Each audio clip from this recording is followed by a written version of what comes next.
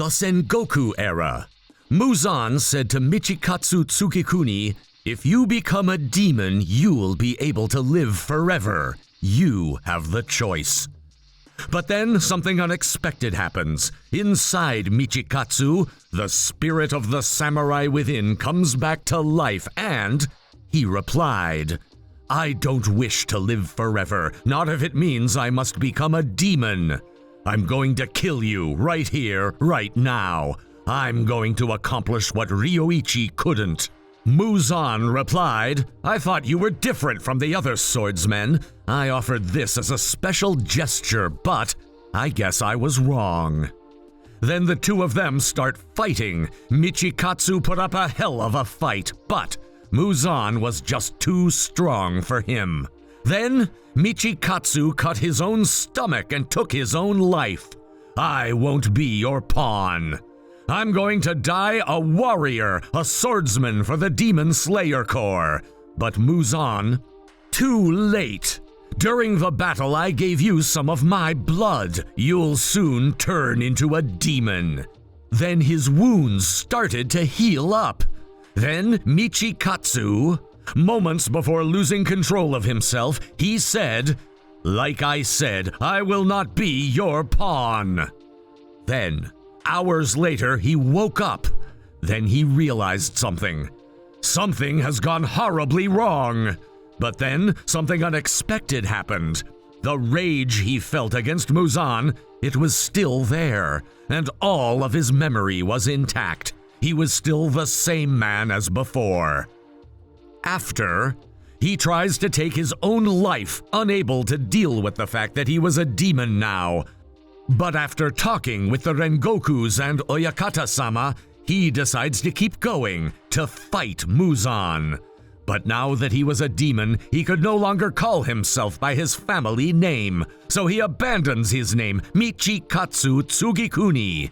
Then he gives himself a new name, Kokushibo. Then, centuries later, one day at a Hashira meeting, Nezuko, who was a demon now, she was at the meeting as well. Then Gyomei said, "Amazing, just amazing, this must be God's work." Tengen Usui added, "I guess she's the goddess of war now." Sanemi Shinazukawa said, "You sure we can trust her? I'm still skeptical." Then Kokushibo walked in.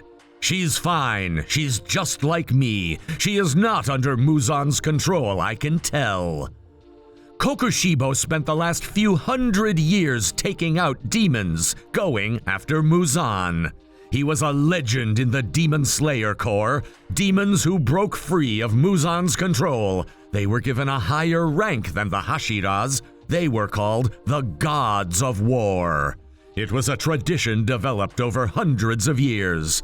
Then Oyakata-sama showed up and said, "Good morning, everyone. It's been a while since we found a demon who escaped Muzan's control. This is a good sign. Sanemi, make her feel at home, okay?" Then Sanemi, he patted her on her head and said, all right, I'm counting you, goddess of war." Then Yushiro showed up. "A female demon? She's not as beautiful as Tamayo-sama." Iguro replied, "It's pathetic. You're still obsessed with her, huh?" Yushiro replied, "Look who's talking, Obanai." They were always arguing, but they actually got along well. Then Tamayo-san said, "I'll look after Nezuko. You all have nothing to worry about." Why were they both here? Kokushibo found these two and he convinced them both to join the Demon Slayer Corps. And so, thanks to Kokushibo and Tamayo, everyone welcomed Nezuko in with open arms. Then, at the Mugen train, Kokushibo headed there with Tanjiro and Nezuko. Kokushibo kept his face hidden during missions.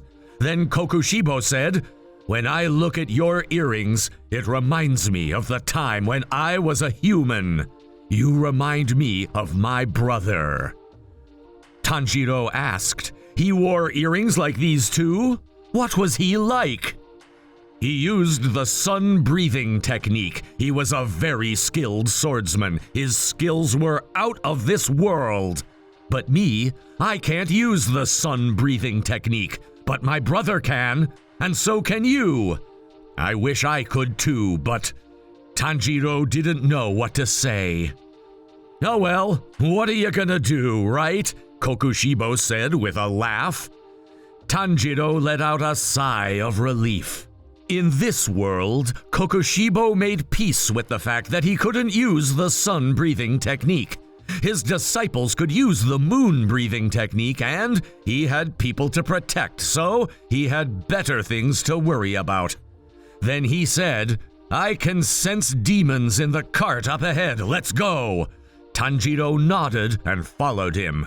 Then they run into Enmu, upper class, rank 6. In this world, since Kokushibo is on the other side, his rank is higher than the original. Then Enmu said, "You're a traitor. If I kill you, Lord Muzan will give me more of his blood. I'm gonna make you suffer," he said with a smile. Then Kokushibo, moon-breathing technique, 5th form, moon spirit calamitous eddy. Tanjiro, sun-breathing technique, clear blue sky. The two of them managed to take out Enmu. As Enmu met his demise, Kokushibo said to him, "I've been suffering for centuries." Then he thought to himself, "I get it.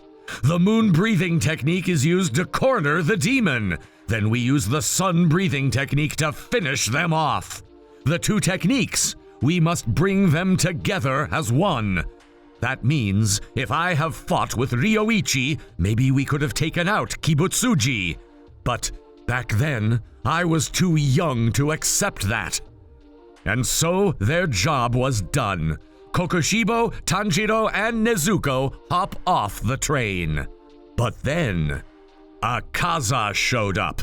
He arrived much sooner this time around. Kokushibo said, "You're the upper class one. This is where you die." In this world, he was a higher rank demon due to Kokushibo's absence.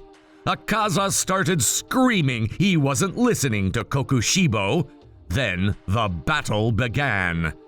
Akaza was incredibly strong even by Kokushibo's standards. Akaza in this world, he was on a whole different level. Why? Hundreds of years ago, Muzan said to Akaza, "Why do you refuse to eat women? In order for demons to get stronger, you must eat women. They are very high in nutrients."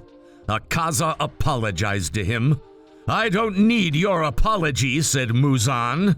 "You're just a pawn. You don't get to have your own opinion. You're too human, and that's partially my fault. I'm going to give you more of my blood." Muzan did whatever it took to make Akaza stronger. Why? Because of Kokushibo. Unlike the swordsman with earrings, Kokushibo was a demon, meaning he wasn't going to die unless someone took his life by force.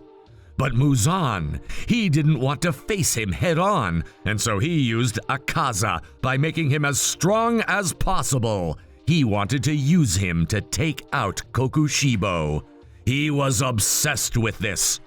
Originally, Akaza, he refused to eat women, but in this world, Muzan forced him to eat countless women, and now he was as strong as ever. On the other hand, Kokushibo, his blood consumption was relatively low. He only drank it when it was truly necessary, meaning in this world he was much weaker. After an intense battle, Akaza uses a sword he got off a fallen soldier and goes in for the kill. Kokushibo is severely injured, but he wasn't gonna let Tanjiro get hurt. Dawn was right around the corner. The sun was coming up. Kokushibo was planning to trade with Akaza as the sun came up. Then Kokushibo said to Tanjiro, "Tanjiro, these will be my last words, so listen carefully. I always wanted to be the strongest one in the room, but I was going about it all wrong. True strength can only be achieved through others. It took me hundreds of years and countless battles to realize that, but I get it now.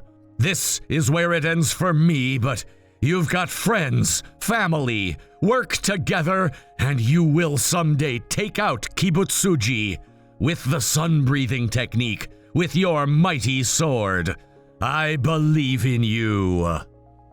Then the sun came up and Kokushibo and Akaza started disappearing. Then, in his final moments, he thought of his brother. "Here I come, brother. I'll see you in a bit." Then, Kokushibo and Akaza disappeared into thin air. Many years later, at the Yukaku, Tanjiro comes face to face with Daki. Tanjiro said to her, "As long as the moon is shining in the sky, I will not lose." That's all for now. For more Demon Slayer theories, please like and subscribe for more videos. See you soon.